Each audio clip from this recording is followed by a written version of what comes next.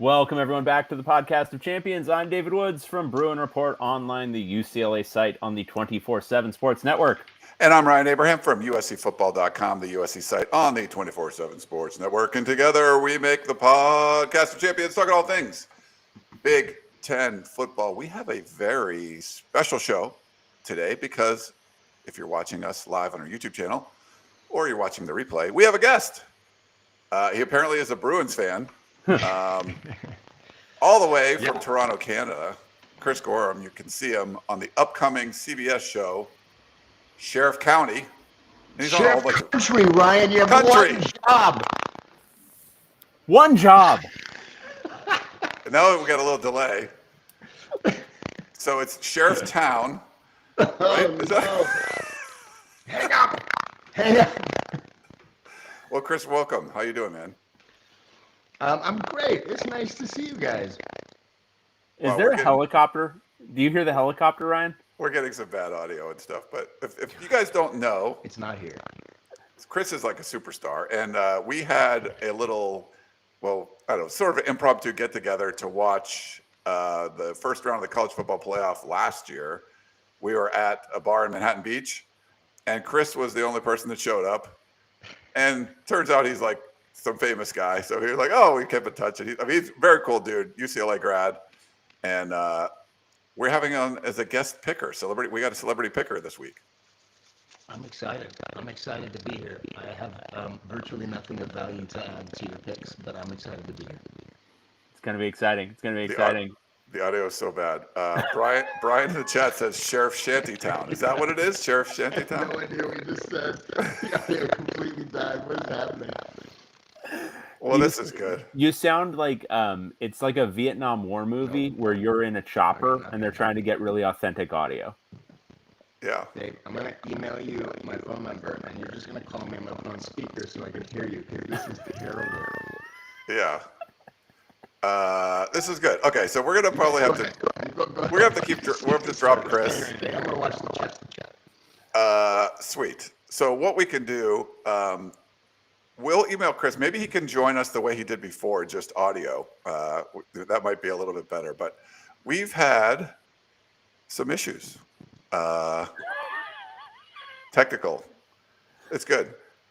This is Chris the kind of quality you can come to expect from the Podcast of Champions. Chris, a big TV star. Sheriff Shantytown. No. Sheriff Country. Sheriff Country. He sent us the trailer. Looks very cool. We can't hear him. This sucks. West Texas, Mike, if the Vietnam chopper was shot down and we're trying to talk underwater. Yes, that's kind of, it does, like the thing when we were warming up and it got better, but it sounded like, those phone calls you make to like dead people in a horror movie. That's kind of like what it was.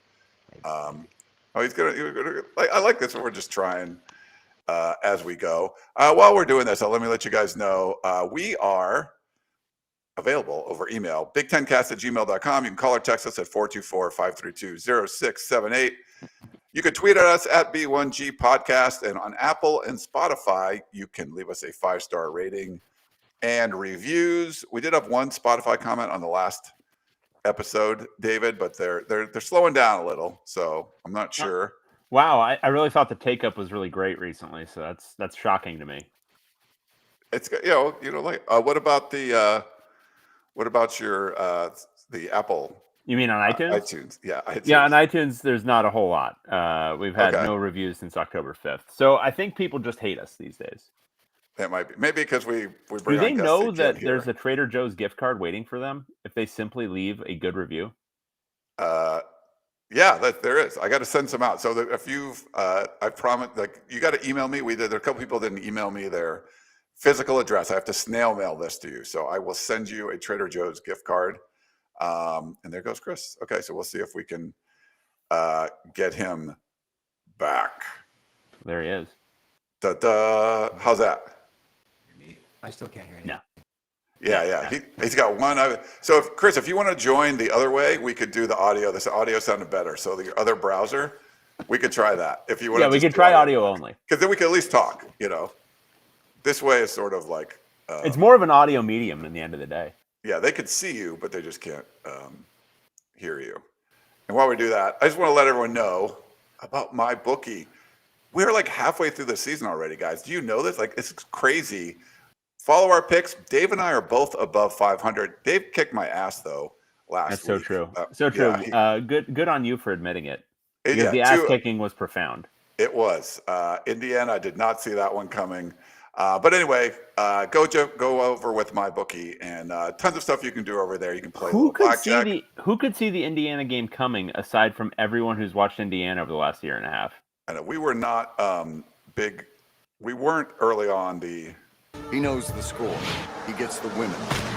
Signetti kills. Early on, it just wasn't looking like Signetti kills. But like Old Dominion actually ends up looking like a pretty good team now. But yes, they handled business. But we've been handling business. We're both above 500. And if you want to follow along with our picks or fade our picks, you can do that over at MyBookie. You like the NFL stuff? You can do it on Sunday as well. But we focus here on Big Ten football, obviously. Tons of games. You can get a lot of action each and every week. You can do live betting. All of it is over at MyBookie. And if you're a first-time user, you can use our promo code POC. And what that gets you is a bet back bonus token. And what that means is a single bet up to 500 bones you will get back if you get it wrong. So use that promo code POC, bet back bonus token, and you can get your $500 back at MyBookie. So make sure you check it out. You can bet anything, anytime, anywhere, only at MyBookie. You did a much better job reading that than you did naming the show that Chris is on. I didn't even read that. That was I know, it was beautiful. It was extemporaneous. Maybe that's the ticket. You just can't be reading it all. Yeah. So Sheriff Township is the name of the show. And then can we hear him now? Can we hear him? No. Now we're getting nothing. Absolutely zero. This is so awesome. So, as like I said, Chris went to Arizona State, and this is just, sometimes there's struggles. No, proud Bruin. It was funny when Chris first reached out and he's like, we could do Celebrity Picker. Like, that sounds like a great idea. Now it doesn't sound like a great idea anymore. It's been a great idea. At the time, we were going to talk about UCLA going 0-12 and how important that would be, and mortality and everything. And then who knows? Since then, now they've won games, which is pretty crazy. So it's fun things to talk about. Coaches getting fired, James Franklin, and it would be awesome to talk to Chris about all this stuff if somehow. Yep. Hey. Oh wait, he's there. Great. How about now? Can you hear me now? We can hear you perfectly now. Did you change anything? I turned on the internal microphone on my computer, but now I have a huge delay with you guys. So this is an absolute shit show. But I'm game to try and make it work. Amazing. What I would like from you before we go any further is a little soliloquy about your show, so we get that out of the way up top, because it's got Marina Baccarin, I think, who was originally Baccarin. Marina Baccarin. She was in Firefly, great sci-fi show. W. Earl Brown from Deadwood, for me. Yeah, that's where he is famously. But tell us a little bit about the show. Yep. The show is a spinoff of a CBS show called Fire Country. It takes place in the same small town in Northern California called Edgewater, and where Fire Country is about Cal Fire, the firefighters up there. There's a fire every week, along with soapy kind of romantic intrigue and family drama. In Sheriff Country, you will be shocked to learn we're dealing with the sheriff's department. So we have like a crime of the week, along with all the great soapy romance and family drama that goes on in a small town. So it's a cop show, but it's a cop show set in a really small town where kind of everybody knows each other, and that makes things more complicated. Cool. And and it debuts today, or is it this week? Friday night. It debuts Friday night on CBS at 9:00. Nice. Friday night, 9:00 CBS. If you're a member at 24/7 Sports, Paramount Plus, you can get for free.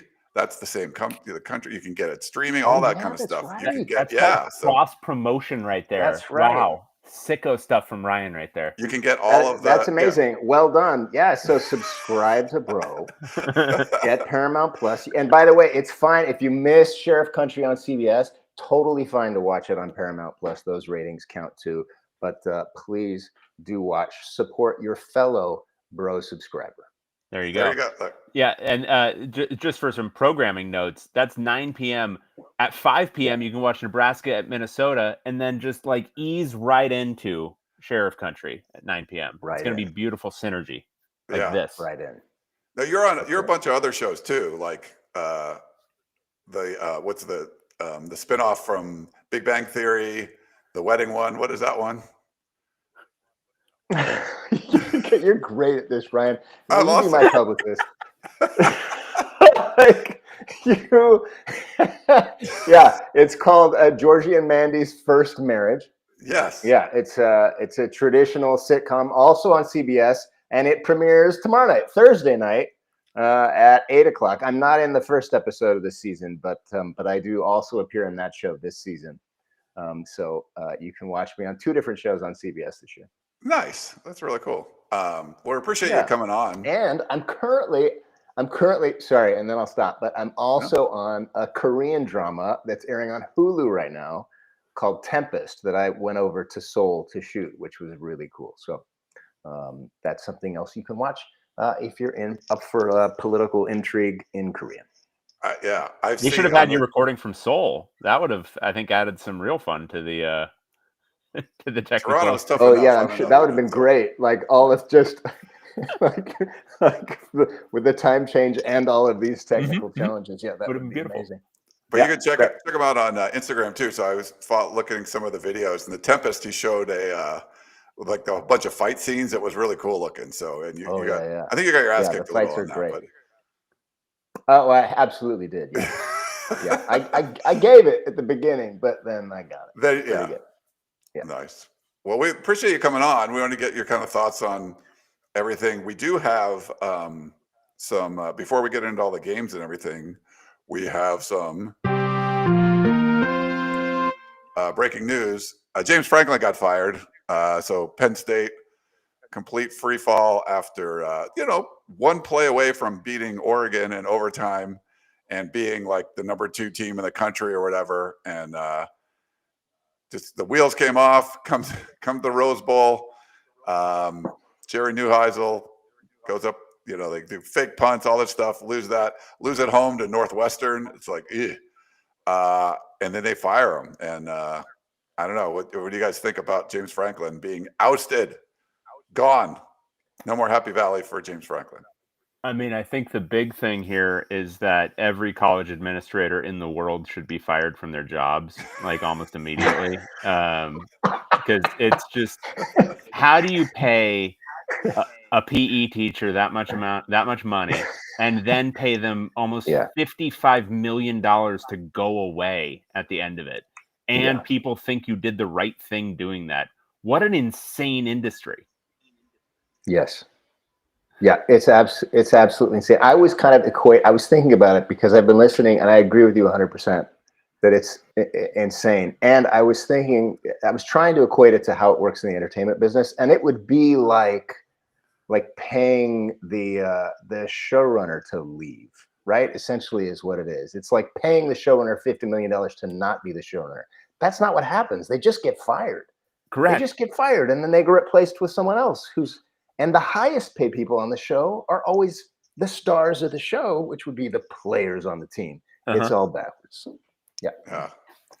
Crazy stuff. We'll see where Penn State goes. There could be some Big Ten on Big Ten action with Rule going there. He was a walk-on linebacker. Kirk Signetti could be involved. So it'll be interesting to see where this goes. And the money I don't think Signetti's going to be involved at all. I think he's got a better, and this isn't me casting aspersions at Penn State. It really isn't, but I think he's got a better job right now because Indiana's well-resourced. And the functional difference between Bloomington and State College is that Bloomington is a much better city and like more stuff to do there.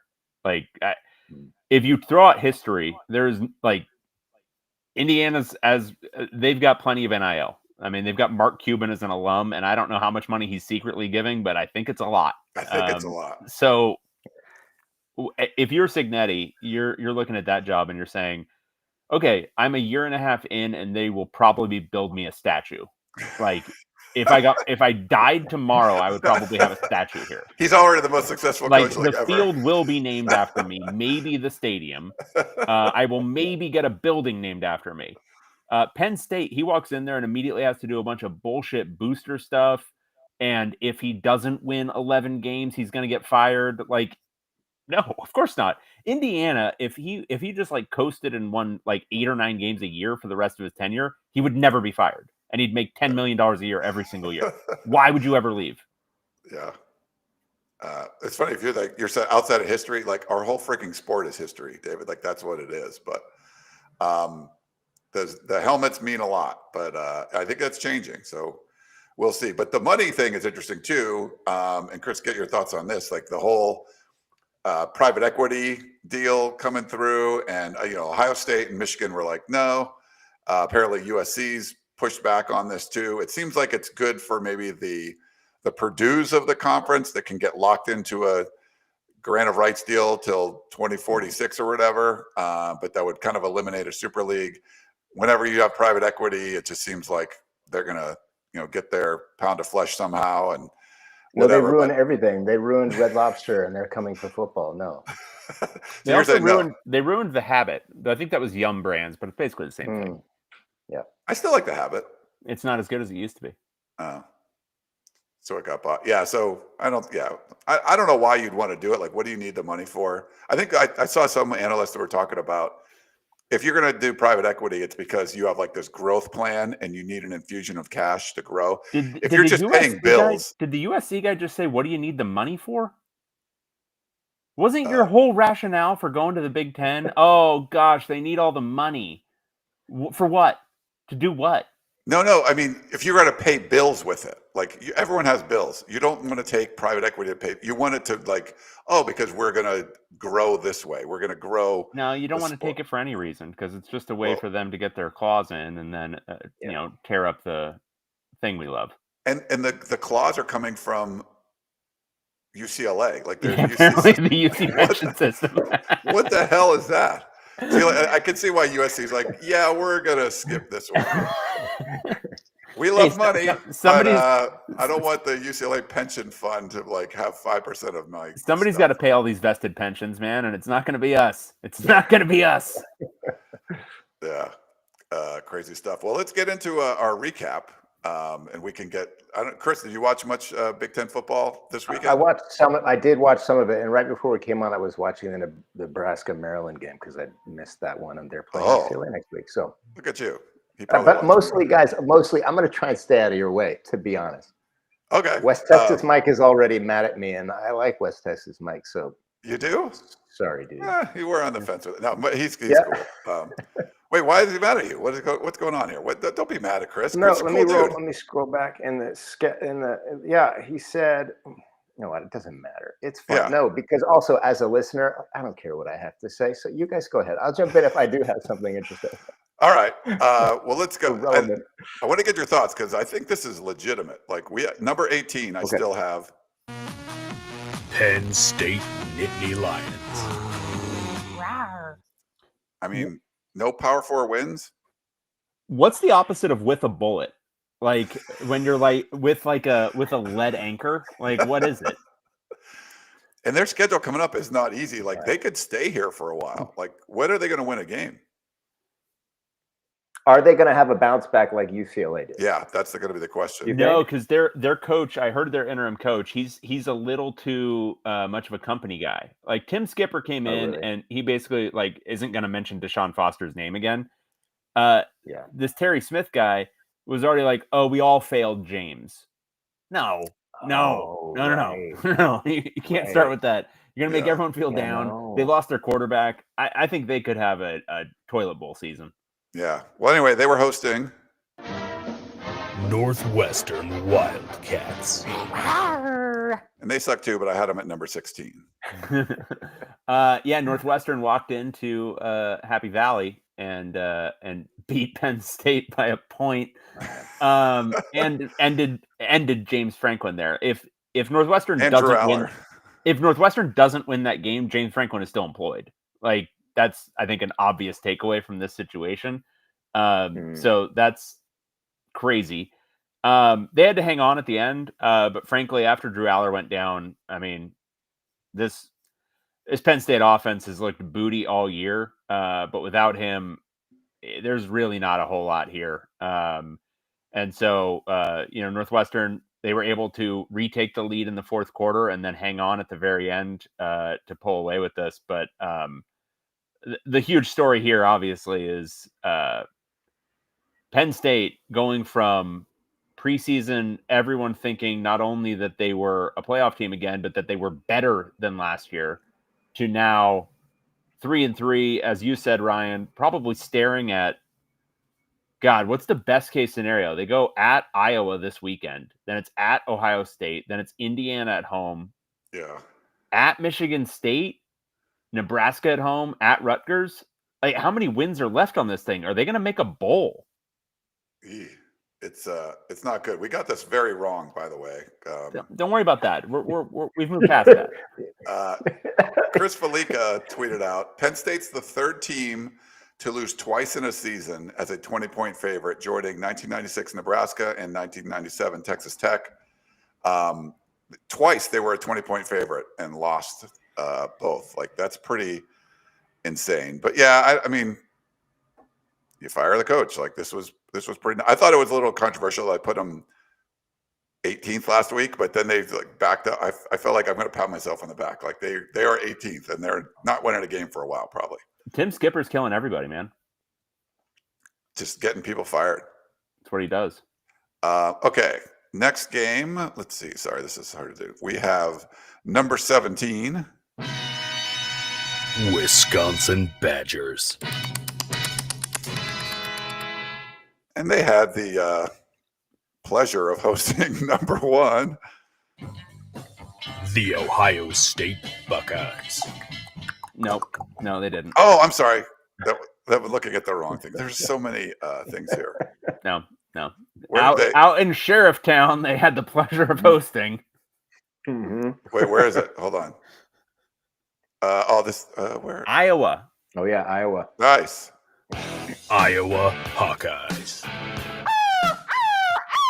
Number 9. I looked at this week's schedule. Sorry. There's a lot of stuff here. I'm scrolling through. You're trying to do some things.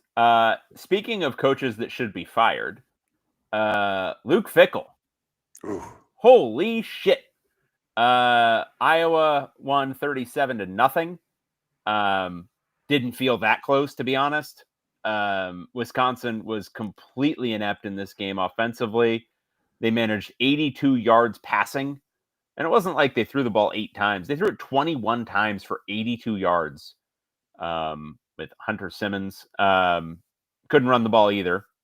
And Iowa just, kind of played Iowa. Like, they weren't great. I mean, Mark Gronowski is not a good quarterback, but they were able to run the ball, play keep away, and play defense. And, I mean, Wisconsin, I know we're saying it's Penn State. Wisconsin is by far the worst team in this league right now. Like, they're so bad. I mean, Penn State, like, as demoralized as they are right now, I think would be justifiable 2 touchdown favorites over Wisconsin, even with their no quarterback.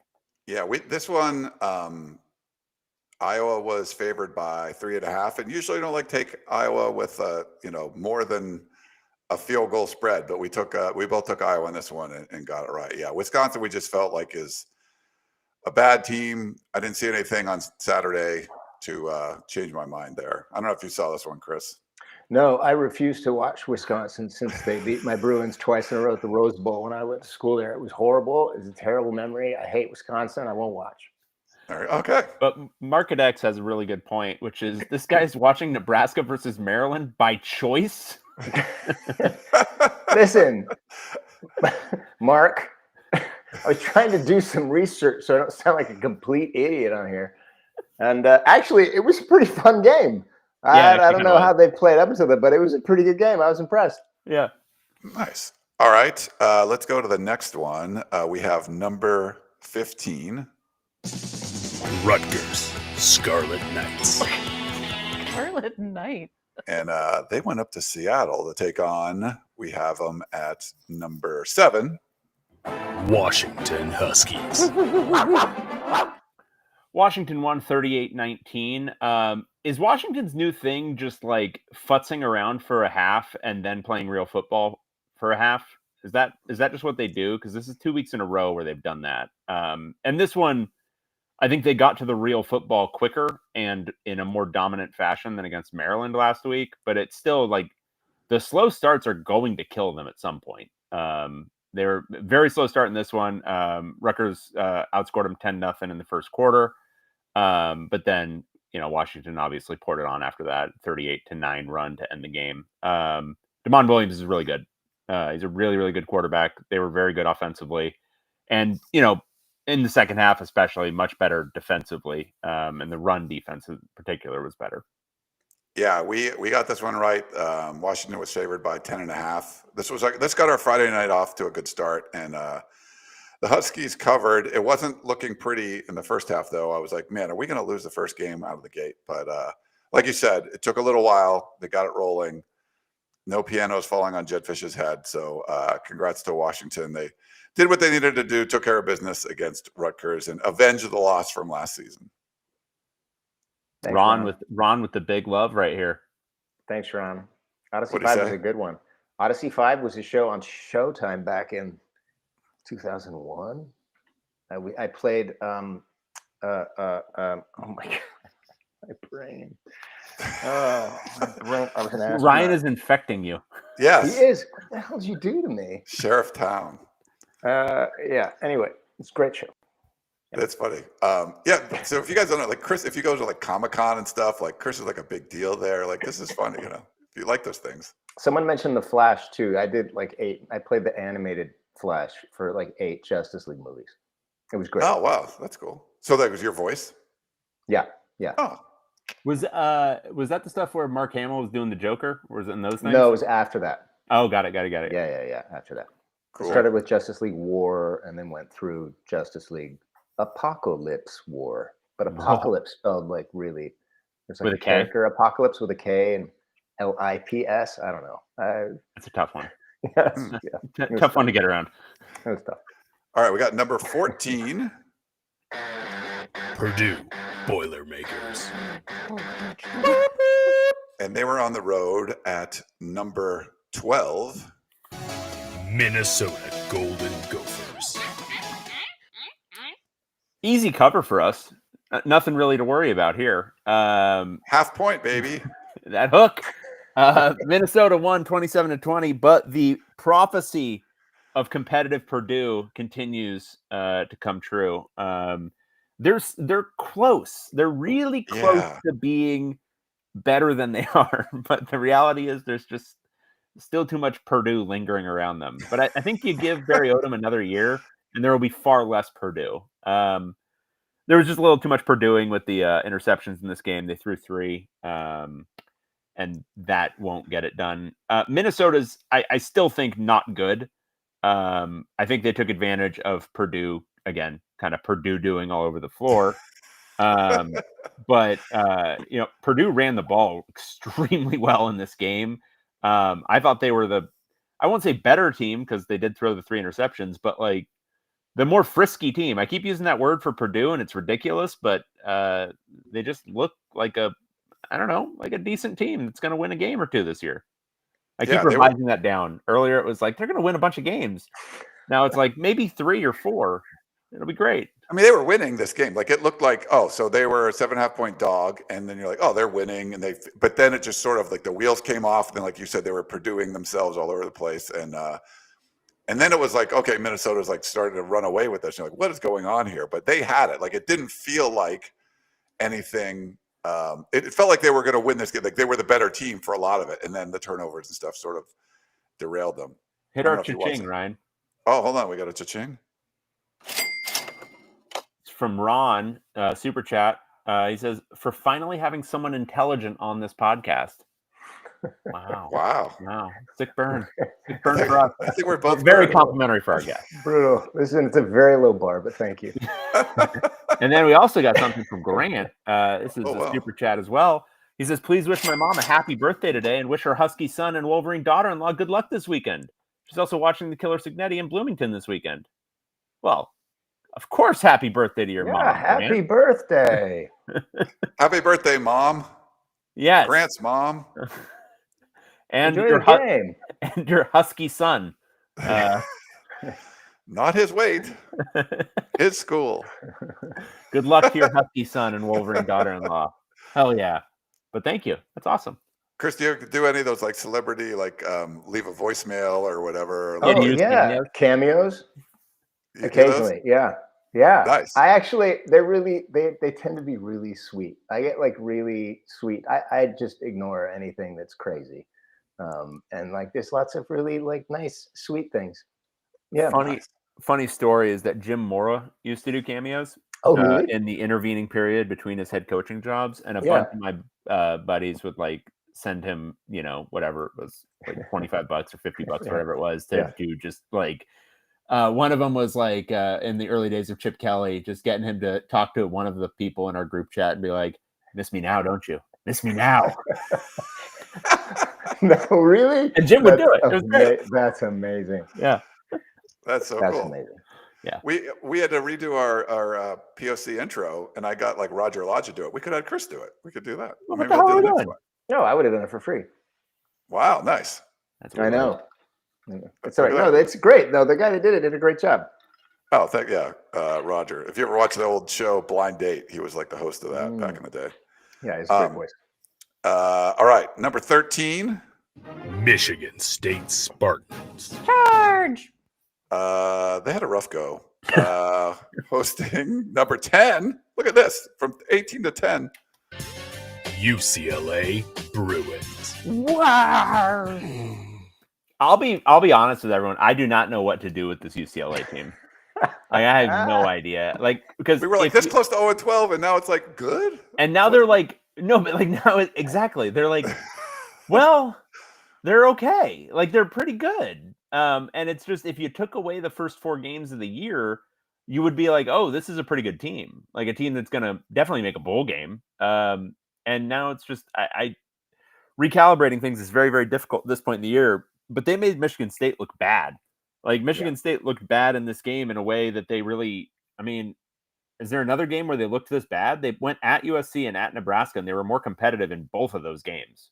But UCLA shut them. I mean, some of it was Aiden Childs. I do think he was pretty banged up in this game. And so maybe some of the, his efficiency offensively was a little bit off, but UCLA pretty much scored at will after the first drive. It wasn't until the end of the game where they were basically just trying to run the clock out.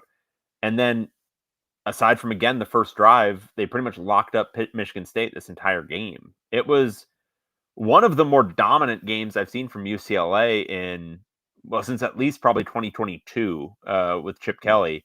But on both ends to be, kind of the far more dominant team. It was objectively impressive. Now we'll see if they can continue it, but I think this did 2 things. One, I think it got the fan base actually kind of interested to the point where I'm interested to see what attendance is like against Maryland this weekend. And then 2, Tim Skipper just wiping names off that UCLA coaching board, right?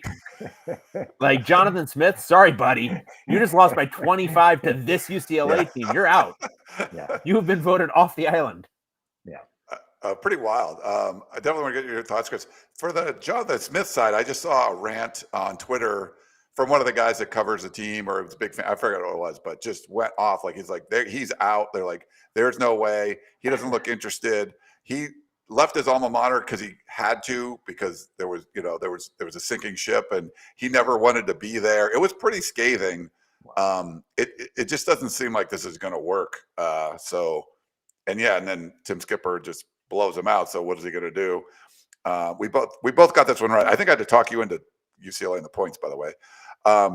But yeah, I think Jonathan Smith, this could be done for him. Well, what do you think about this one, Chris? I was so happy. I just had the best time. Well, these past 2 weeks have just been the best.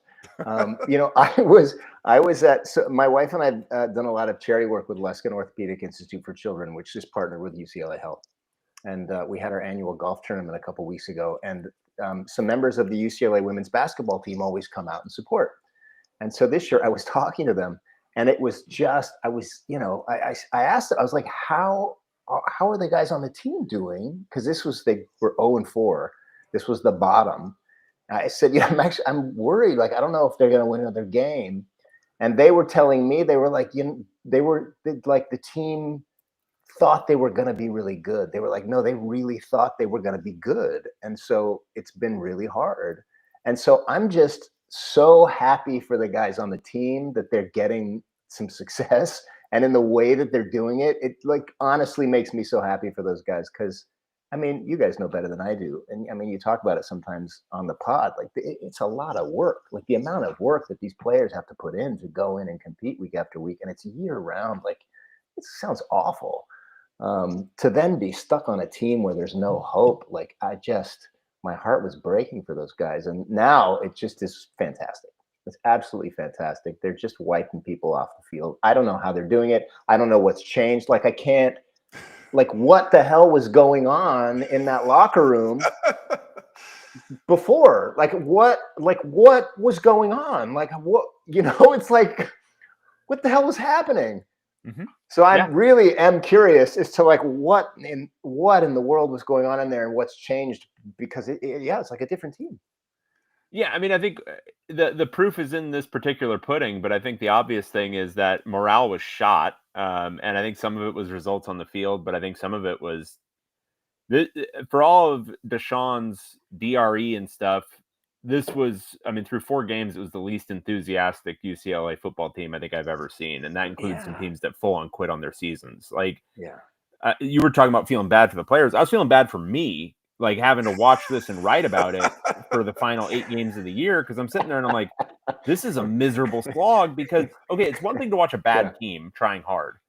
It's another thing to watch a maybe medium talented team like not give a shit. Like, and the thing is, like, and that's not a reflection on them. It's a reflection on like just complete mismatched motivations and all this different stuff, where it's like this sucks for them too.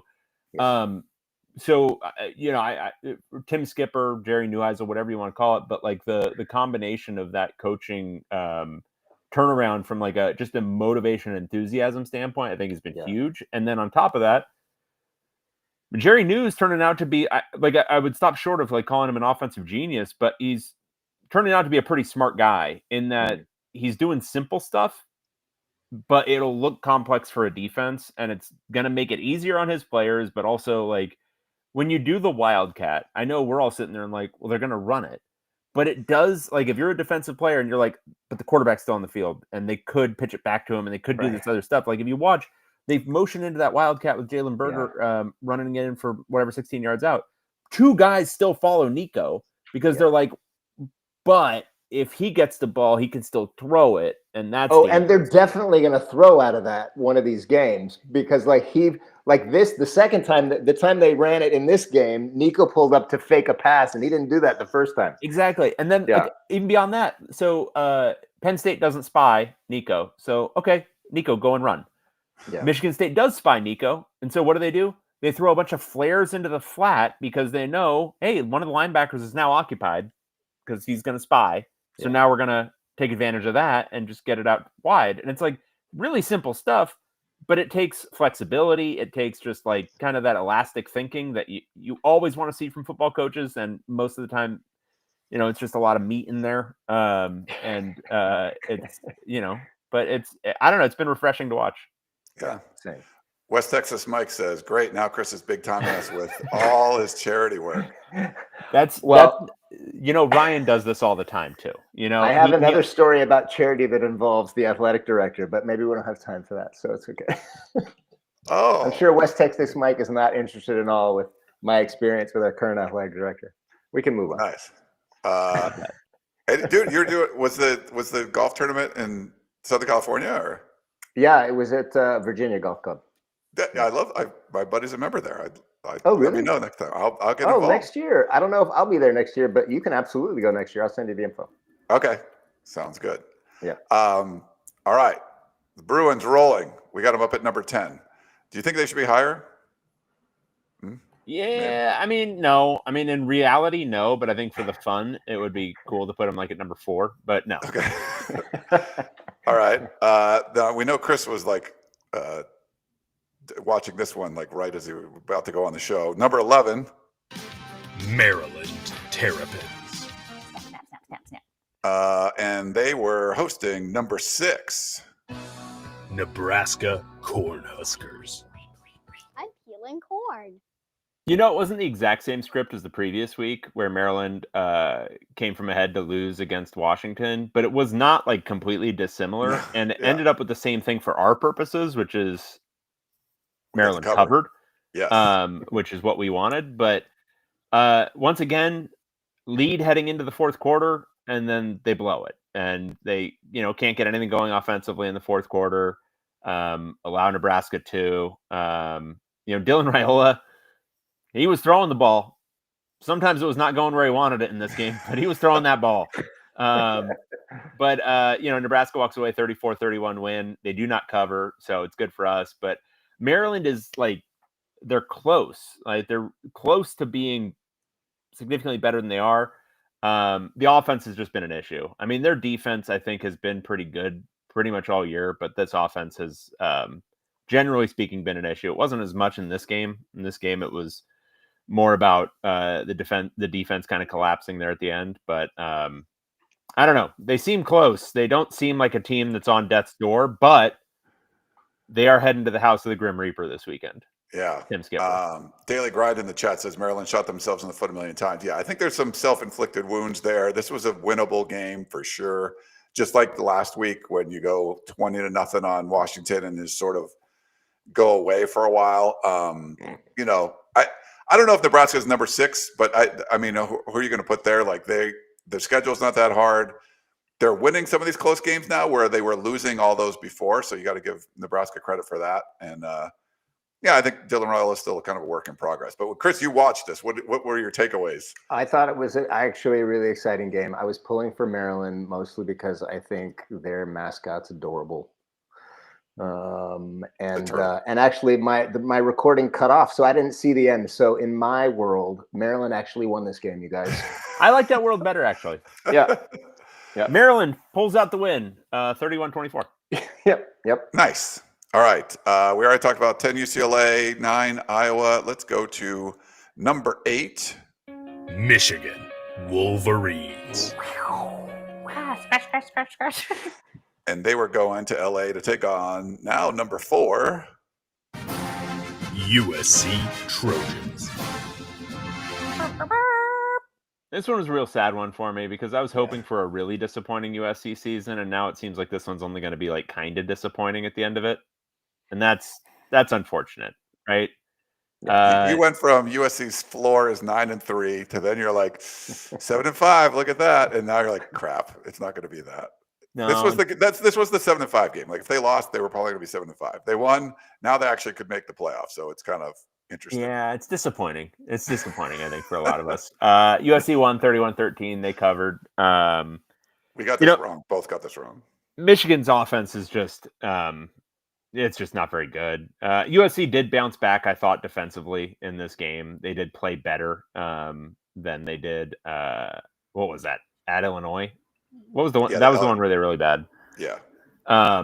So I mean that was improvement. Who are they down to at running back now? Aren't they down 4 guys or 2? So their top 2, Wayman Jordan and Eli Sanders, are both. Eli Sanders out for the season with a knee injury. Wayman Jordan ankle. He's having that tightrope surgery. He's 4 to 6 weeks. He could come back for maybe the Oregon game or something. But King Miller, walk on. Redshirt freshman. He scored a touchdown in garbage time earlier this season. First time a walk-on at USC scored a touchdown since 1994. That was a 61-0 blowout of Cal. And he ran for 158 yards. He's averaging over 10 yards a carry. He looks like a legit dude, and he's a walk-on. Pretty crazy. He was doing spin moves on Michigan defenders. It was 3rd and 26, and he broke off a 49-yard run.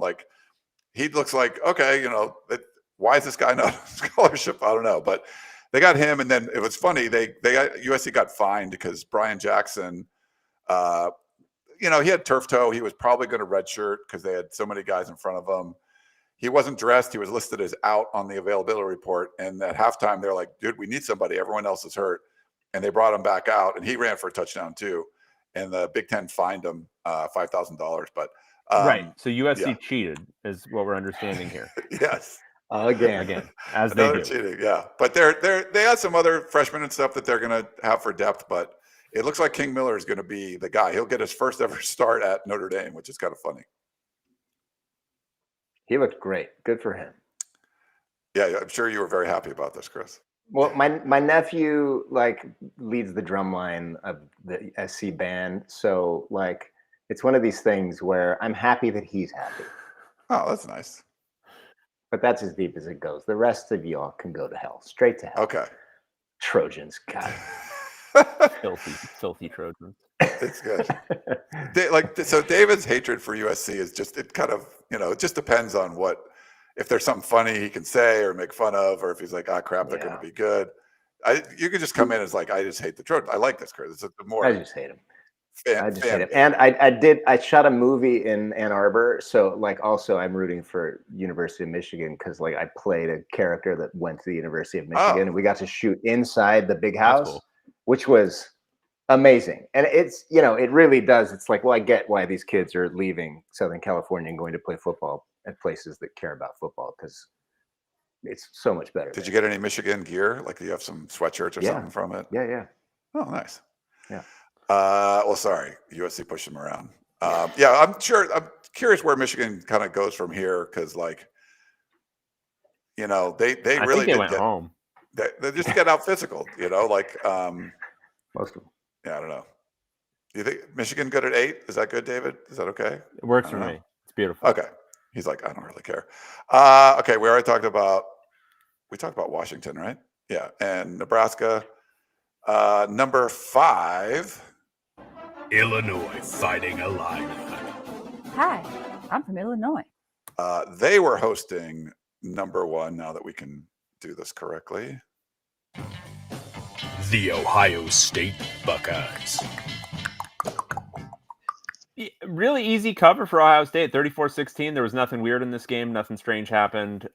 Nothing, no weird stuff going on with Illinois. Little things all just kind of balance themselves out. And I thought it was a fine, well-played, clean game. I didn't watch it. What happened? There was just a lot of early. There was there was a tipped INT. There was the punter putting his knee down after, like, what was going on in this game? It was like a lot of just little crap going against Illinois kind of constantly. And they actually played pretty well, and they probably should have covered, but they didn't. Yeah, so I had Illinois plus, 14.5 or something.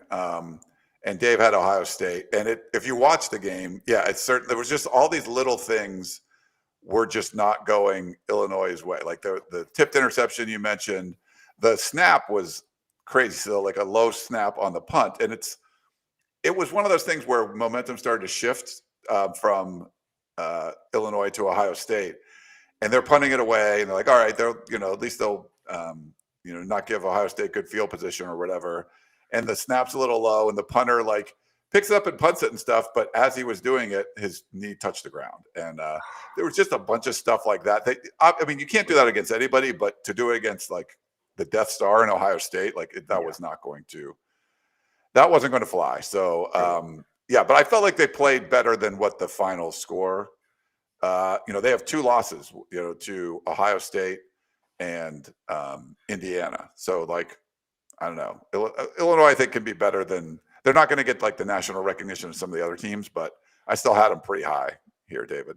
I was nervous at the end because Illinois was driving under 3 minutes, and they could have scored a junk time touchdown that would have made me very, very upset. But alas, they were stopped on 4th and 6, I think, Ohio State's 25. But you really wanted the junk time field goal, didn't you?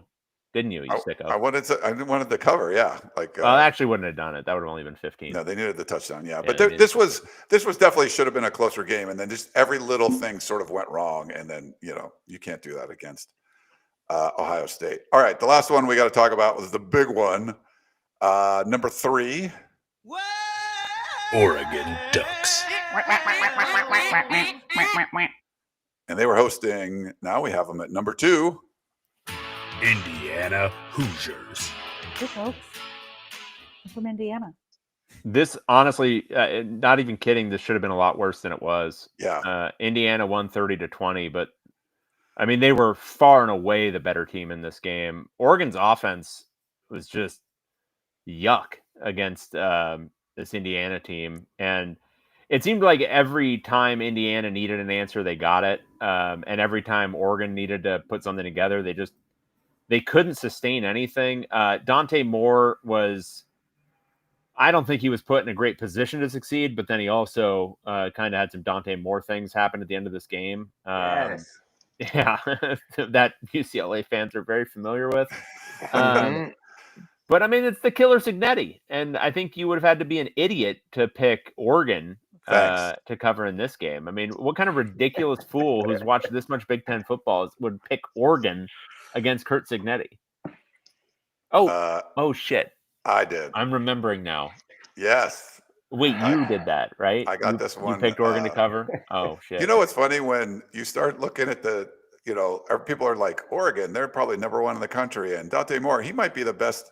He's probably going to be the number one overall draft pick. He's the best quarterback in the country. And then you're like, man, just when you make these like crazy, presumptions, like, right in the middle of the season like that. And then all of a sudden the brakes are just slammed in, and Dante Moore looked a lot more mortal. But Indiana looked good on the lines of scrimmage. Yeah, that secret NIL money that's coming from Mark Cuban, I think that's allegedly.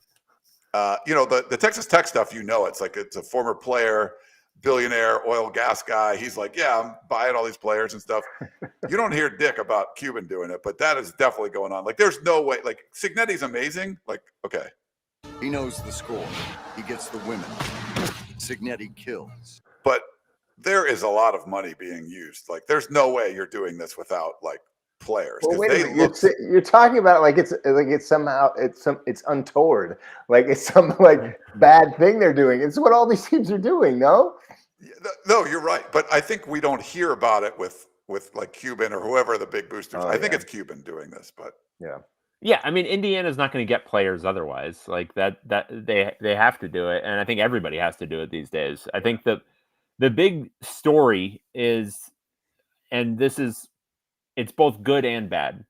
One, old kind of ideas about who's a power in college football and who isn't, I think, can fall by the wayside. And then that's the good part. The bad part is it's just where extremely rich people want to put their money and which schools have the extremely rich people and which ones don't. So it's not really a haves and have-nots flipping. It's just who has is a slightly different calculation than it used to be. And for the most part, it still adheres to the old lines because, schools like Ohio State, schools like Oregon, schools like Georgia, Alabama, so on and so forth, they have this history of success that has propagated a bunch of boosters who are not going to put up with, not funding a huge and awesome roster. But then you do have situations like this where, maybe Cuban, allegedly, or some other conglomerate of Indiana boosters wanted to really fund the crap out of Indiana football. And it's a really fun story. But then when you look at it, yeah, I mean, a huge part of it is just they found a bunch of wealthy people to spend some money. Now, if UCLA ever was able to persuade Henry Samueli, hey, you don't want to be just a hockey guy. You want to pour, whatever, he's worth $20 billion. You want to pour, $50 million of that into the program. Suddenly UCLA would be getting a bunch of players too. It's and it's kind of it's kind of yucky when you look under the hood, but the reality is the reality, and it's kind of cool that it's Indiana right now. He's a Broadcom guy, right? Samueli. Yeah. He and his UCLA business partner Henry Nicholas, the two Henrys. Yes, I remember that. Yeah, because when I was an engineer, like they were one of our customers. I was at Synopsys, which is a Silicon Valley-based company. So we would sell like the tools to design the chips that they, for Broadcom. So we would sell them tools. But when that was coming up, they went public and everyone became like millionaires and stuff. It was crazy. But yes, so yeah, why don't they just pour some money in there? Come on. That's right.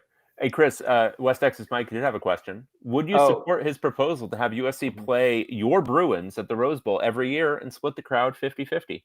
No. And here's the reason why. Because the Rose Bowl is not a neutral field. It's our field. You've got your own field. And we enjoy beating your ass there on a regular basis. Wow. Let's fucking go. This Let's is go. West Texas, Mike. Oh. That's right. And I He have a knows the question. score. He knows geography. Lost or kills. Sorry. I have a question. It's about Indiana. Kind of has the success of Indiana this year combined with the absolute failure of UCLA in the first 4 games of the year damaged Tino Sinceri in any way, or is he totally fine? Oh, I think his brand has taken a huge hit, and I think where he's going to arrive next is going to be interesting. But I would imagine it's quarterbacks coach somewhere. I don't think he's going to even get a coordinator look because it's 2 things. It's Indiana clearly didn't miss a beat, and if anything, is performing better. Yeah. And 2, Jerry Neuheisel took this same collection of guys and has them, chunking out 40 points a game the last 2 weeks, whereas he was struggling to score 15. Yeah. So I'm really interested to see what ends up happening with him because we didn't hear good things like from a player relations standpoint, and see if he can even, can he get a quarterback's job at a P4 school, or is he going to be kind of tainted goods at this point? It's going to be interesting. All right. Well, let's pick some games. That's why the whole reason we had Chris on, he's been here for an hour. He's like, what am I doing? There's, Chris is a busy guy. He's got a lot of stuff. He's going to look back like in the last couple of years and go, the 3 hours I've wasted of my life was showing up at Manhattan Beach with these 2 clowns and then going on their podcast. So I'm going to wake up in the morning and, I had the weirdest dream. The weirdest dream. There was a helicopter. There was a weird one. Helicopters. There was delay. Insane echoes. It is amazing that this is working now because I was like, no, this is done. Right? Why did we do this? All right, we got a Friday game. We're going to start off with Nebraska Cornhuskers I'm peeling corn. on the road at Minnesota Golden Gophers. 5 p.m. on Big Fox on Friday, just 4 hours before the debut of Sheriff Country on CBS. Number 25, Nebraska, traveling to Minnesota. Nebraska is an 8.5-point road favorite. So here's where I've landed on my picks, and you should listen to me as somebody who picked 7-2 against the spread last week. The teams that are ass in this league, and the teams that are not ass tend to beat the teams that are ass by a comfortable margin. Nebraska is not ass. They're medium. I don't think they should be a ranked team. I don't think they're that good, but they are ranked currently. Minnesota, on the other hand, I think is sneaky ass. So I'm going to take Nebraska as an 8.5-point road favorite. Wow. Yeah. Wow. I'm going to go against you. I'm going to go Minnesota. They're just pretty plucky at home. Nebraska, I think, is going to win the game, but similar to like the Maryland game last week, you're getting, you're getting more than a touchdown at home. I think Nebraska does the same thing and, wins by a score, but I don't know about winning by 2. So I don't think Minnesota's that good, but I don't think Nebraska is like the team that goes on the road and beats another Big Ten team by more than a touchdown. So I'm going to take Minnesota on this one. What do you say, Chris? You guys, did Raiola he's the Nebraska quarterback. Did he get hurt last week? Did he roll an ankle or something? He looked a little dinged up. I think he's going to be okay. I don't think there's any issue with him potentially missing or anything like that. All right. I'm going to take Minnesota on this one too. Their coach is very well dressed, and that has to count for something. PJ Fleck. He's going to row the boat. He's going to row that boat there. Good. So Chris agrees with me. I like that. All right. You guys are very comfortable being wrong, and I respect that about both of you. That's fine. Okay, so next up, we've got Michigan Wolverines. They are hosting Washington Huskies. 9 a.m. on Big Fox on Saturday. Washington traveling to Michigan. Michigan's a 6.5-point home favorite. I'm unsure about this one. I think Washington is in the kind of pretty good range. I think Michigan is also in that pretty good range. So when I'm thinking about that, I don't like 6.5 points here. I think these are two teams that are in kind of that similar tier. So I'm going to take Washington 6.5, and that's fine. DeMond Williams is really good. And, Jed Fish, is he an idiot? Yeah. Is he going to be the UCLA head coach at some point? Maybe. Am I going to pretend I didn't say this then? Yeah. But I think he's got good enough players, and I think he's like a non-idiot in enough parts of the game, just not the game management stuff, that I think it's going to be a competitive game. So give me Washington. I've gone back and forth. I wrote Michigan and I changed it to Washington. I might change it back to Michigan. I feel like Michigan went on the road and had the clunker, comes back home and plays well, but the offense does bother me. Like, I just don't think it's that good. Washington to get 6.5 points in this one. I feel like Michigan's going to win this one by like a field goal. So I'm going to agree with you and go with Washington. I think Michigan's going to win, but 6.5, I'm just not sure they're going to have some explosive offense where they're going to, win by a bunch in this one. So I'll think it'll be a closer one. So I'll take the points here too.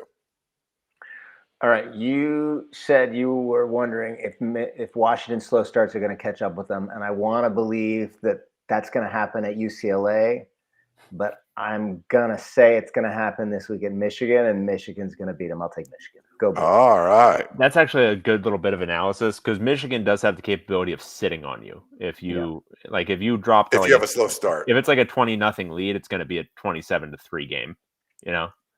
Yeah, I knew that. Perfect. All right. This is definitely one of the games of the year, one of the best games of the year. Oh, obviously. With the spreads this close, you got Purdue Boilermakers. on the road taking on Northwestern Wildcats. 12 p.m. on the Big Ten Network. And the question isn't whether Purdue's going to cover. It's how much are they going to win by? Northwestern's coming off of the big win, exciting thing over Penn State. They don't even know what's coming to town right now. The Purdue Boilermakers, baby. Give me Purdue all day. Plus 2.5. You're giving me points? Get out of here. Get out of town. I already wrote it down for you. I knew the same thing. Yeah, like Purdue's a better team than Northwestern. Like, I'm not sure just because they beat Penn State last week, you're getting points Penn here. State's the number 18 team in the official Big Ten power rankings. What do they want? Where do we have Purdue? We have Purdue ahead of Northwestern. Yeah. So Northwestern should not be favored. So we are going to, Dave and I both take Purdue. What does Chris do? You guys are 100% wrong on this. You are talking about the team that beat the mighty Bruins. Oh. Like, they beat UCLA. Northwestern is just drastically underrated. I'm taking Northwestern. I love it. That is true. They beat the Tim Skipper Bruins. That's right. But they didn't beat the Jerry Neuheisel Bruins. That's also good point correct. there. Yeah. All right. I like this. Chris is going against us. So he can either wipe out the floor with us, or if he gets them all wrong, he could just not show up again. They're in Chicago. I love Chicago. I'm going there Friday. So. Oh, nice. Yeah. Okay. Number 1. The Ohio State Buckeyes. On the road, taking on, where is it? Wisconsin Badgers. 12:30 p.m. on CBS. Number 1, Ohio State at Wisconsin. Wisconsin is a 25.5 point home dog. The number at which I wouldn't take Ohio State, I'm not sure what it is, but it's definitely not 25.5. Give me the Buckeyes. I think Wisconsin is circling the drain pretty hard right now. They just for everyone out there, Wisconsin is staring down the barrel of truly awful season. So right now they are 2-4. They have to play Ohio State this weekend, then at Oregon, then it's Washington at home, then it's at Indiana. They could finish. I mean, I think realistically 3-9, but it could be 2-10. They have Illinois and Minnesota at the end of that too. Minnesota's ass, but it's at Minnesota. Yikes! Luke Fickell's got to go. Yeah, Anything under 4 touchdowns was like a no-brainer taking Ohio State for this one. We'll see what Chris does. But Luke Fickell, dead man walking, he was asked, like, is the program better than when you took it over? And he's like, no, like, you're 4 years in. You need to be – it's not getting better. Try to change culture, try to change just the way this team has been built over the years. And it's just what he was great at Cincinnati. It is not working at Wisconsin. So this is they have the hardest schedule, or one of the hardest schedules in the country. It's not going well. They're going to get blown out here. Yeah, I agree. Especially, I want Ohio State undefeated when UCLA goes in and just beats the crap out of them. So great point. Great point. Yeah. I'm getting College Game Day feels, Chris, because like it's always going to come back to like whoever the guy is. It's like, like it's bringing somehow UCLA is involved. So I love this. This is like, no, this is good. I wasn't thinking about that, but like, oh, the Chris is like, he's either doing the bid or that's just the way it is. I'm not sure. I love it. Just me. Did you get Peacock, Chris? We did. I don't know if we still have it up here. Yeah. We're in flux with our subscriptions because some of them don't translate across the border. Ryan doesn't either. He just steals mine. I got his. I don't actually use it. I think you gave me the login, but I don't even use it. So. Oh no, we do get Peacock because we watch Traitors on Peacock, the greatest reality show ever made. I haven't seen that. It's really good. All right, we got Michigan State Spartans. Charge! I haven't looked at the line yet, but holy cow. They're going to Indiana Hoosiers. Good folks. I'm from Indiana. 12:30 p.m. on Peacock. Michigan State traveling to number 3 Indiana. Indiana is a 27.5 point home favorite. Obviously, there's the UCLA hangover effect that's going to be hurting Michigan State after this. The body blows you sustain playing a team as physical as the Bruins. Yes. It's hard to contend with. Yes. And so, that's a bruised and battered Michigan State team. I think Indiana's going to win this one by 40. I think they're going to just absolutely murder stomp. So, give me the Hoosiers. Here's my analysis. He was given an offer he couldn't refuse. He knows the score. He gets the women. And he kills the bad guy. Signetti kills. Yeah. No freaking way. Like that is like the only piece of like AI that I just still cheer for and makes me smile. Just generally, I'm so like anti-AI, but like that gets a pass. I really enjoy it every time. Please play it one more time. That was generated by AI. Is that what? I didn't even know how that was generated. Like that was sent to us. 100%. Yeah. That's an AI thing. Okay, cool. Yeah. Indiana's gonna crush. Yeah. Nice. Okay, across the board, we got the favorites there. Moving on, team licking its wounds a little bit. Oregon Ducks. On the road at Rutgers Scarlet Knights. Scarlet Knights. 3:30 p.m. on the Big Ten Network. Number 8, Oregon traveling to Rutgers. Oregon is a 17.5 point road favorite. Now, Ryan, do you remember where I put Rutgers in the ass or not ass rankings for the Big Ten? You had them in the ass rankings. Correct. They're in the ass rankings. Is Oregon ass? No. Oregon just lost to Indiana, but Indiana is the best team in the history of college football, right? So we're not gonna ding them too much for that. Rutgers is ass. So obviously, by the ass standards, we got to go with the Ducks here. Yeah. If we know anything about Land Danning, I mean, he's an emotional man. Very emotional loss. This was sort of like, I don't know, like I don't want to say like the drunk husband coming home, he's pissed off his team lost. Wow. And then just goes to town on the family. Wow. No. I saw where that was going, and he didn't deviate at any point. No. I was trying to preempt Now it. I'm taking Rutgers. Now I gotta get canceled. He's taking Rutgers. Really? Yeah, that turned me. Now I'm taking Rutgers. Yeah. Okay. No, fair enough. Oh, we actually, I forgot. Hey, look, we got another super chat, Ryan. from Gil. He says, we need Chris and his takes on the broadcast. Oh, there we go. Yeah, that's the real shit. You can like homer it up with those those clowns over there. It's like some David guy and Tracy or something. Be careful what you ask for. Those fucking guys. That'll be a good one. Amy's like drunk husband. Is that bad? Like, I just came up with an analogy. Yeah, I feel like, yeah. It was I'm bad. not saying Land Danning is a drunk husband. I'm just saying the rage from something horrible happening.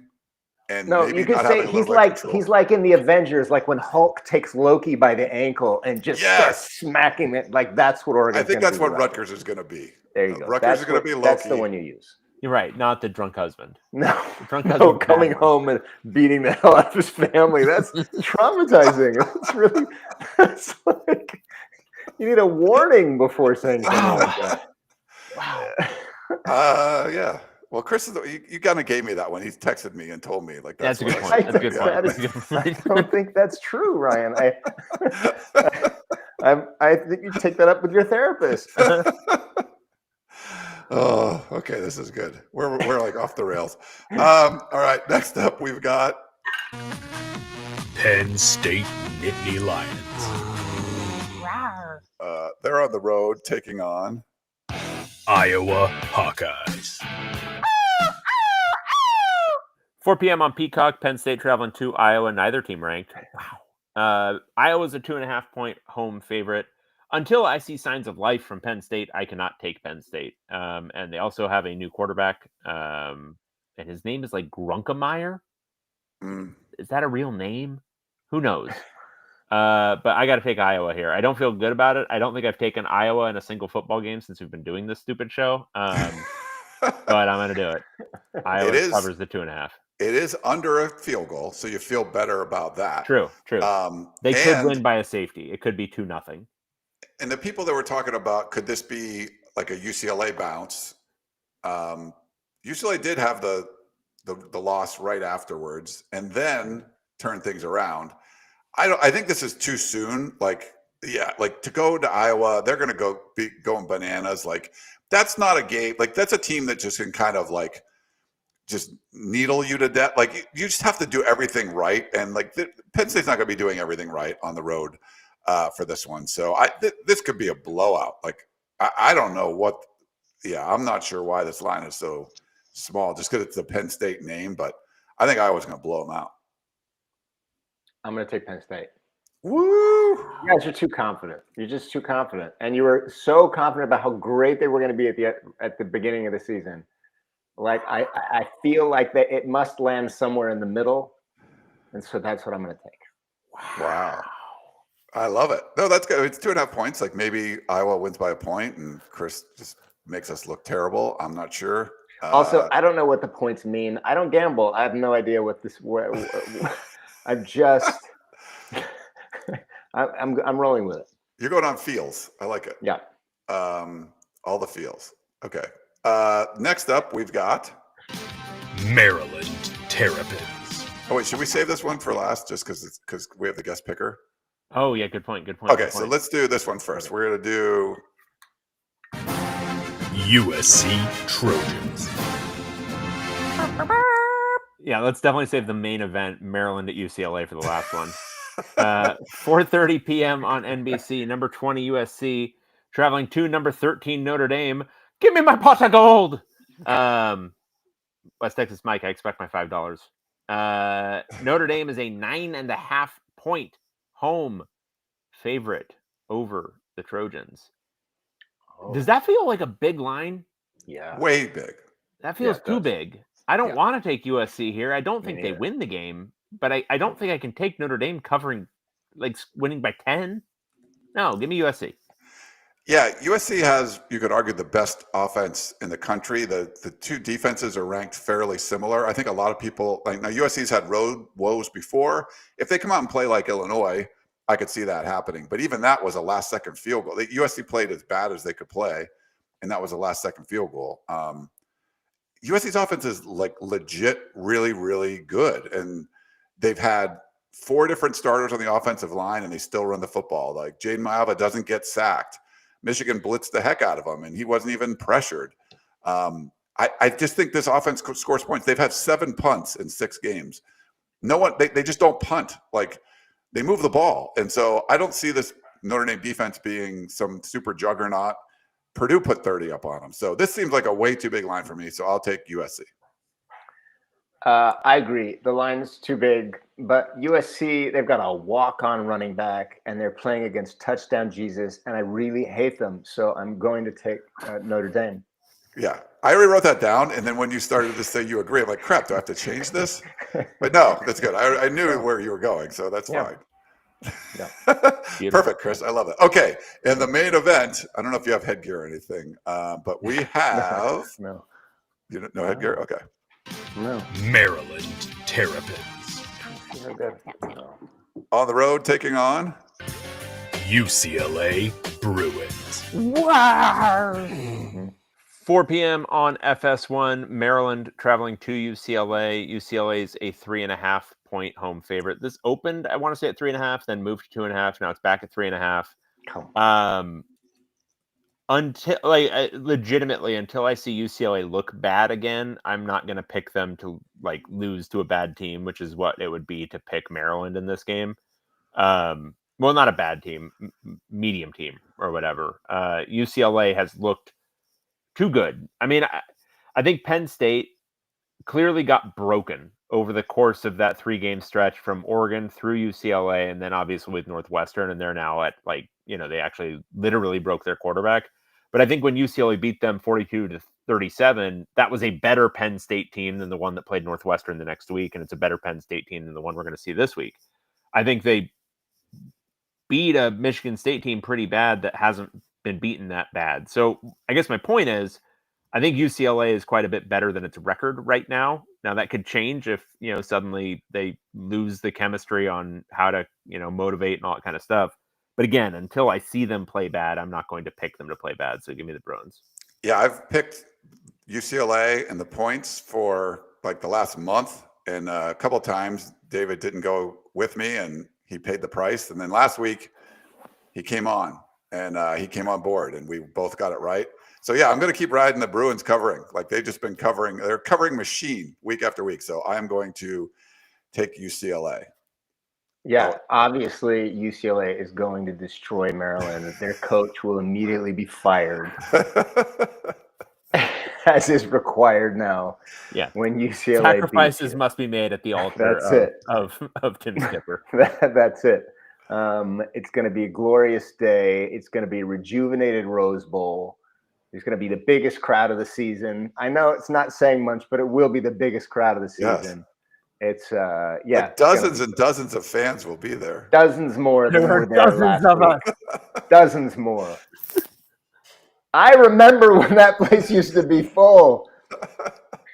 It wasn't that long ago, honestly. No. But there is real excitement around the program now. I mean, it's been kind of the story of college football, or at least one of the main stories of college football the last 2 weeks is this. Yeah. And it's Jerry Neuheisel that's getting a lot of it, but I was talking about this with Tracy earlier on the phone, but it's the most positive story about UCLA athletics since the Final Four that Mick Cronin went to, but even about football probably in 10 years, since Moro's teams were potentially playoff teams at the beginning of the year. I would say since right before the first Chip Kelly game.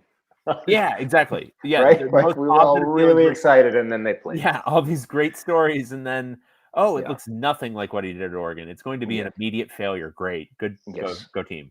But the sport is different, obviously. But to see the kind of turnaround where you're looking at a team that we're 0-12 is of the favorite at this point. Yeah. And Penn State is this is probably their year to win the national championship. And one play in overtime, he doesn't throw that pick or whatever it is. And where is Penn State now? And to have that switch so quickly, to go from this high to this low, and UCLA being just, banta fodder or whatever, and then boom, and now good. I don't know. We've seen turnarounds like this, at the same time in the same season. It's just wild. Yeah, it's awesome. Well, Chris, we appreciate you Hold Thanks, on, let me guys. get the. I think I have some applause here somewhere. Yeah.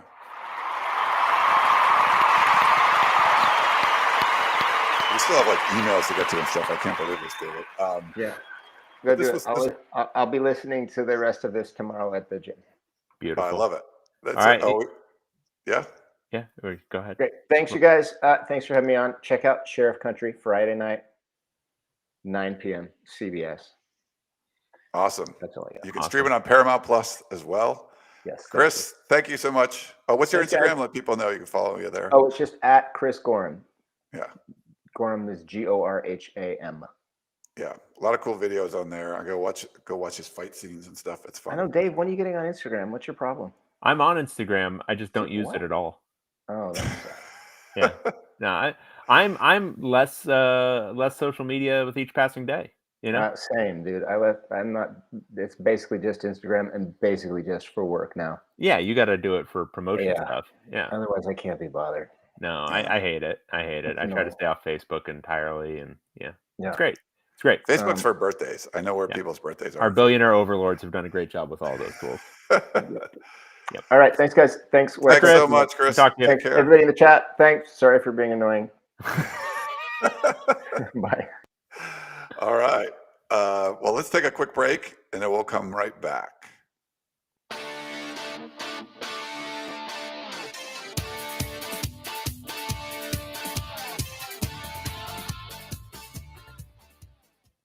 Wow. We got another super chat from West Texas Mike. I put it up on here. That's right, baby. Sweet. That was for the pot of gold. West Texas Mike. Thank you, West Texas Mike. That was fun. That was fun. We had a little technical difficulties. Chris is awesome dude. Like literally, I don't know why he showed up to talk with us. He was like fanboying around us at the, No, Chris rocks. He was in. So I was familiar with his work from when I was like, I don't know, probably 13, because he's in an episode of Buffy the Vampire Slayer in like 1998, and I watched that crap with my sister. And like he's in an episode of it, and he's like some boyfriend of like it's like this ghost thing going on. Anyway, been a long time actor, doing a lot of different work over many years. He's got, it's one of those like you've seen him in stuff. So very cool for him to come on the show. Yeah, no, that was awesome. A big UCLA supporter there. Big UCLA guy. Yeah, he's not in Southern. He's up in Toronto now because I guess that's where they're filming.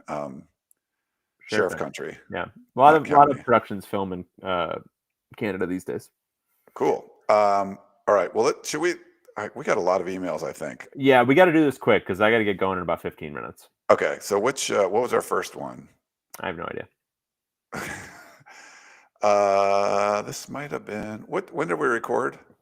We recorded last Thursday, so I think it was the 9th. Okay.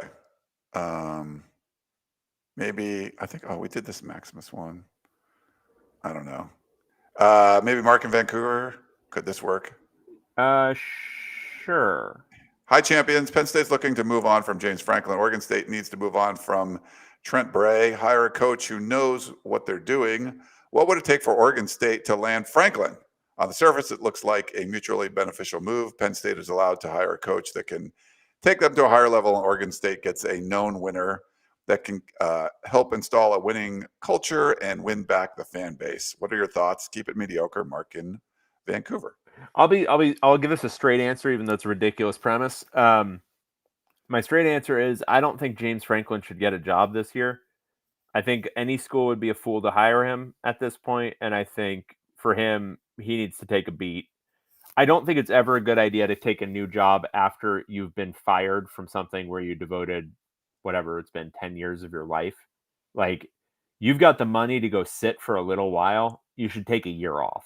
Like, you should not take another job next season, work in a studio for a little bit, fill up your cup again, then see if you want to do it again. But you've got 50 some odd million reasons to stay away right now, and you can go relax and just try to reset, figure everything out. I think for him, that would make the most sense. And I think for any school out there, you would have to overpay. Even with the offsetting thing, his pride isn't going to allow him to take a contract that's really weak. So you're going to have to overpay for him. And there's no way he isn't burned out right now. There's no way. I don't think he'd be a good thing for any school right now. So just don't. So Everybody just don't. So I listened to Eddie Staples, and he talked about his contract. Like there's a clause in there where he has to go look for a job, either coaching or Studio. and it's not $50 million all at once. It's like, oh, my light just went out. It's $80 million. $8 million a year. So there's like, and it's offset by whatever you make. But he would take Oregon State. I think he'd be really. Go work in a studio. Like go be a CBS Sports halftime analyst. That's a perfectly legitimate job for an ex-coach, and something that wouldn't cause any mitigating issues with his contract. I think it's it's probably he should do that. But if say Bill Belichick gets out of North Carolina, but if he went to Oregon State, they would start winning. Like I feel like he can. There is no way he is in any headspace to tackle the Oregon State job right now. Yeah, I know. I think you're right. But wherever he gets hired, I don't know if this. It's back on. I'll get the light going again. Wherever he gets hired. What is it with you today? What? I think the light's too hot. So, yeah, the light's gone too long, so I can't be on that long. Yeah, but I think he would make a team that needs. There's most jobs like outside of ones that you're trying to win a national championship. I think if you're struggling, you're a 500 team. He's going to get you to 9-10 wins and stuff again. So I think he can still do that. But I think it's better if he takes a year off. But if there's the question below is a question on everyone's mind right now. Ron asks, what record would Skipper have to get the interim tag removed? Oh, so this is a really interesting question for me. Yeah, what do you think? The point at which I would want the interim tag removed is if they win one of Indiana or Ohio State. I think that needs to be a prereq to do this. But if that happened, like if they go and beat Indiana in 2 weeks after beating Maryland this weekend, I will get a pilot's license so I can fly a banner over the Rose Bowl calling for his hiring, because that would be insane. I think there's also a point at which if he wins enough games that there's going to be a wave for him. Like there's going to be a wave of enthusiasm for him from the fan base. And I don't think you can discount all that stuff. It's not the same thing as players saying, oh, I want this guy. It would be proof that he got the job done. Now, does it mean he can do everything? Does it mean he can fundraise and all that other stuff? No. But the thing is, when you're hiring, it's a crapshoot, right? Is this going to work out or is it not? Nobody knows. You could hire a proven guy and he doesn't work out. You could hire an unproven guy and he does work out. Some schools have cracked the code and they've done a really good job of it over the years, and they're good at achieving flexibility where they can get out of contracts. I'm looking at Oregon. They're really good at this. They're really good at hiring, and they're really good at moving on from guys who aren't working out. But most schools aren't. Most schools, it's a pure crapshoot. UCLA definitely falls in the crapshoot category. Almost it's like they're picking wrong on purpose sometimes, but definitely in the crapshoot category. So if it is a crapshoot, and you get a bunch of information about a guy where he finishes his time in the driver's seat, what is he right now? 2-1. If he finishes this stretch at, what would it be? 7-2, something like that, with a win over Indiana, lost to Ohio State, and winning all the other ones. I think it's of course you hire him. I don't even think it's a real question. And maybe that makes me kind of a dumb idiot, but it's not like I'm saying it's because he's great. It's because you already have proof of one thing. And that one thing is he can win on the field. He can make appropriate decisions to win on the field. That's a lot of things that you don't necessarily know about a coach you're hiring, especially with UCLA's hiring history. So you would know, wow, he can go toe-to-toe with one of Ryan Day or Curt Cignetti on the road and win with probably inferior talent. That's a huge data point. So yeah, if they win one of those games, and obviously they would need to pretty much win out aside from that. But if they do that, yeah, I think you obviously remove the interim tag. We haven't gone fast. No, I know. Shit. All right. Okay, what's next? This is from Frank in Sacramento. Tim Skipper. After listening to Tim Skipper get interviewed at the half during the Michigan game and watching him on the sidelines, you really have to root for him. David, do you think he will be offered the head coach? Okay, we just answered that. Nick, and this is a Bruin in Chicago. Don't you dare. Hey guys, first comment is a threat for David Woods. If I hear you say anything remotely encouraging about UCLA's quote chances or quote upcoming schedule and give this program the kiss of death, I will hold you personally responsible, and your chances of a future Spotify review drop to 0%. Consider yourself warned. Sorry about that, Nick. I think I've already done that. Next, a question for Ryan. Do you ever find yourself in the midst of your 11th consecutive vacation and think, I wish I wasn't on vacation currently. A small part of me misses my home. Or has your baseline state changed so that vacation is now your default, and when you're at home, it feels foreign? Keep up the mediocre work, guys. Best, a Bruin in Chicago. Ryan, I ask a follow-up before you get started on the answer. Yeah. Where are you right now? Are you at home? I'm at home, my home. And I'm out in the desert right now. Oh, yeah. This is actually work. This is I rent this place out. I needed to fix some stuff up. So I'm here in the desert. Now, do I get to hang out in the hot tub and stuff sometimes? Yes, I do. But I do like it. I like being out here. Yeah. I don't get to do much vacation during the season, but this is little not too many. Midweek getaways. Just like 5 or 6 vacations. Yeah. John and Brea. I'm going to Chicago on Friday, but that's work. Hey, Ryan and Dave. Saturday, I watched my beloved UCLA Bruins dominate Michigan State. Then I went into the Coliseum to watch USC beat Michigan just to kill some time before the next UCLA game. Being in the Coliseum got me thinking, are we, the Bruin faithful, getting into that dangerous Clay Helton territory with the Bruins, where the interim coach, along with his trusty sidekicks, the loyal offensive coordinator, earns the head coaching job?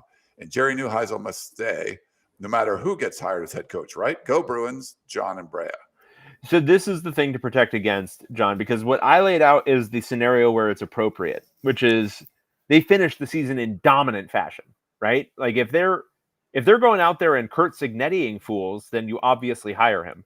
But if we're sitting here and they've gone 4-4 over the last 8 games, not including any wins over Indiana or Ohio State,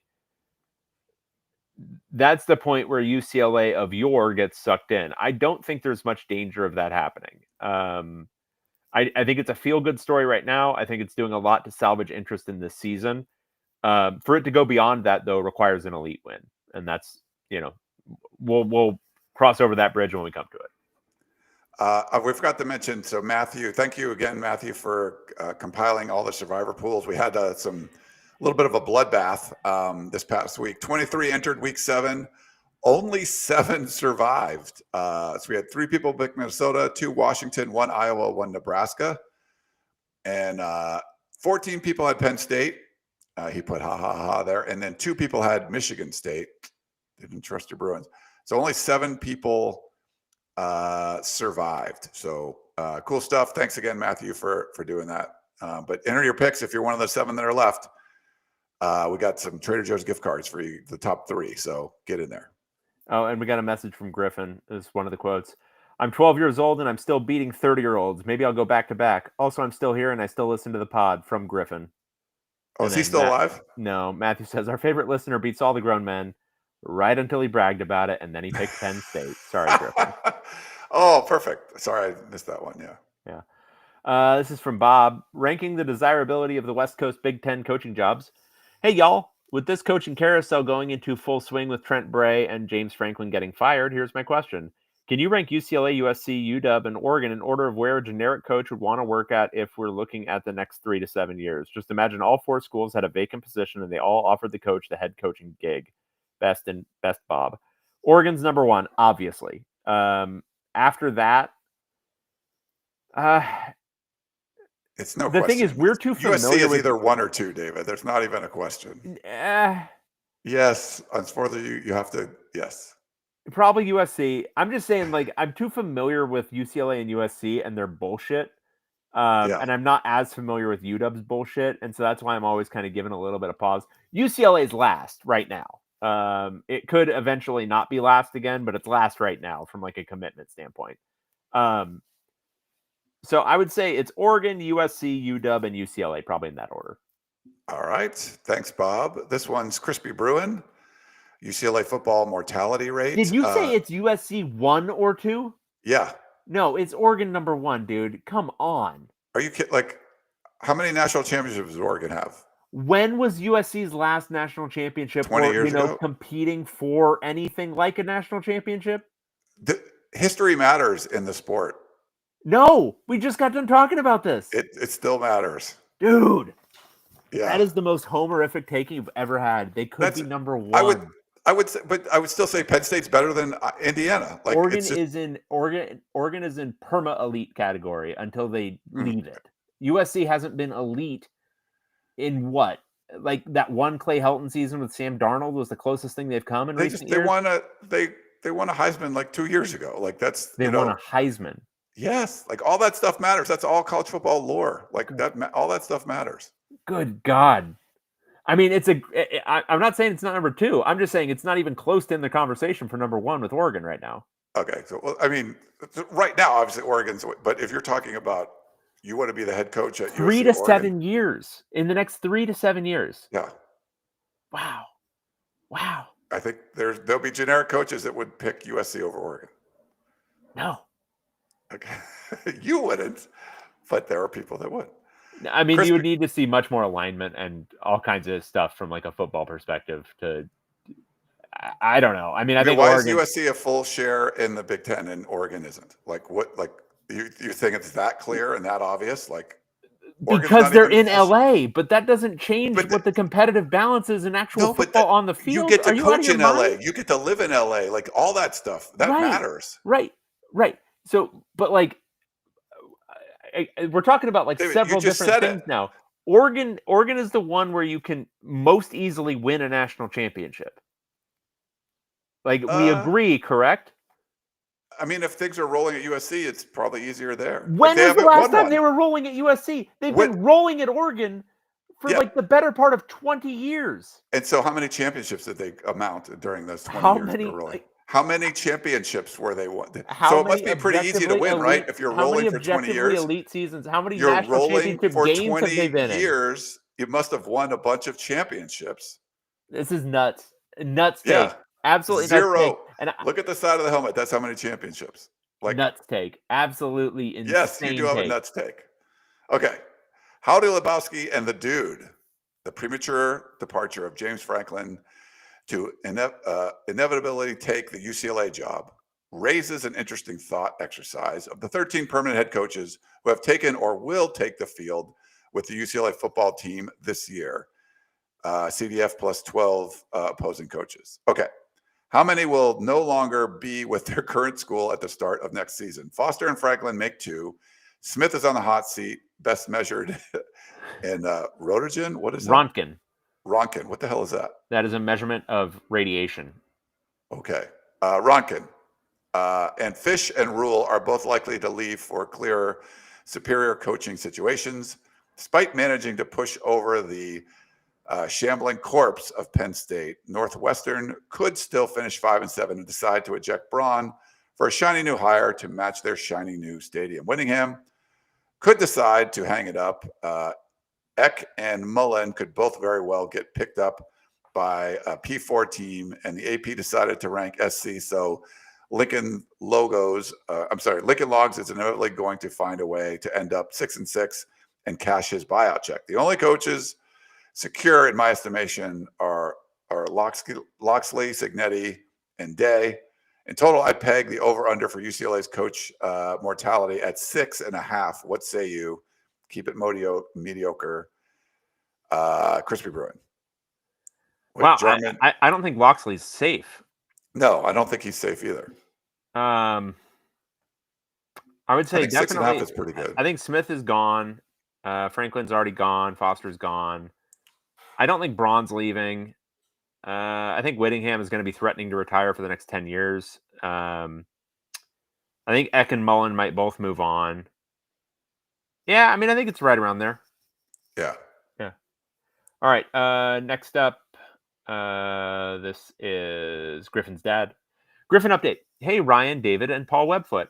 Griffin added a comment to his survivor pool pick last week, but I'm not sure if you guys saw it. He made it to the final 23, but Penn State just knocked him out. I'm sure James Franklin is very upset that he ruined Griffin's chance to go back-to-back. We still listen to the show, and I've relaxed my F-bomb rules a bit. I only remember turning the pod off once in the last year or so. Thanks, Ryan and David, for the goofy, fun show that a father and a 12-year-old can listen to together. Also, thank you to the listener who runs the survivor pool and to the listeners who made the sound clips for each school. Griffin and I randomly say them for laughs. The last week, we've been saying, I'm peeling corn. Cheers, Griffin's dad. Love it. Love it. Nice. Heartwarming. This one is Alan in St. Louis. Penn State meme. No questions for me. Just wanted to share this excellent meme I found on Big Ten subreddit. Yeah, he says, I'm guessing Dave is too technologically maladroit to share the image on screen during your podcast. So hopefully Ryan sees this message beforehand. I'm remote, can't really do it, and he's running the show. So keep it mediocre. Boom. It's Penn State. Stop giving me your toughest. Oh, did you get it up there? Look at that. Nice. Are you seeing Dave it? got it. Hell yeah. There you go. Yeah. There it is. I'm impressed. Yeah, that's right. That's right. Hell yeah. Easy peasy. All right. What's next? We got two more. This is from Kevin. Moving forwards from Kevin El Gordo Flacco. Good day, distinguished gentlemen. I'm not going to get into the wild contracts and buyouts given to coaches these days. That's been covered. Thank you, David. However, I did read that certain positions attained by James Franklin can offset his buyout. James is a good coach in spite of recent setbacks that every coach endures. How long until he has a new position, and in what capacity? I'm thinking 1 year and a coordinator position. And 2, I'd definitely buy some POC merchandise. Thank you, gentlemen, and enjoy the fresh air atop Mount Mediocrity. We talked about that already, but yeah, we got to talk about merchandise. We got to get some merch going, Ryan. Yeah, that would be great. I think Sorry Griffin is the way to go. So I think Sorry Griffin would be a good one. I don't think he's going to be a coordinator. He's going to be head coach somewhere. Like not this year. Not this year. Yeah, I think it's going to be a year out, but not a coordinator. I mean, look at his record he's won like 30-something games over the last 3 years. Like that, that's pretty nuts. Yep. Okay, last one, POC National Stage. David, I've heard your line of business is all about who you are. Your partner, Ryan, routinely boasts. I'm sorry, who you know. I need to get my glasses here. I don't have them, but I need some. Ryan routinely boasts over his personal friendships with Colin Cowherd. Why is Ryan depriving your talents by not leveraging his personal relationships to have the POC be regular contributors to the Herd or at least his podcast? Let's make the POC Fox collaboration happen. We just brought you a celebrity. How's that? I don't know. Celebrity guest picker. We had a celebrity guest picker. What do you want? Pretty impressive, yeah. I think that's it. That's it. And I got to go take my daughter to piano. So. All right. Sweet. Well, that's going to be our show. Hope you guys enjoyed it. Thanks again to Chris for joining us. And make sure you check out Sheriff Country Friday at 9 p.m. on CBS or on Paramount Plus. For David Woods, I'm Ryan Abraham, and I really hope you enjoy the show. We will talk to you next time. Goodbye.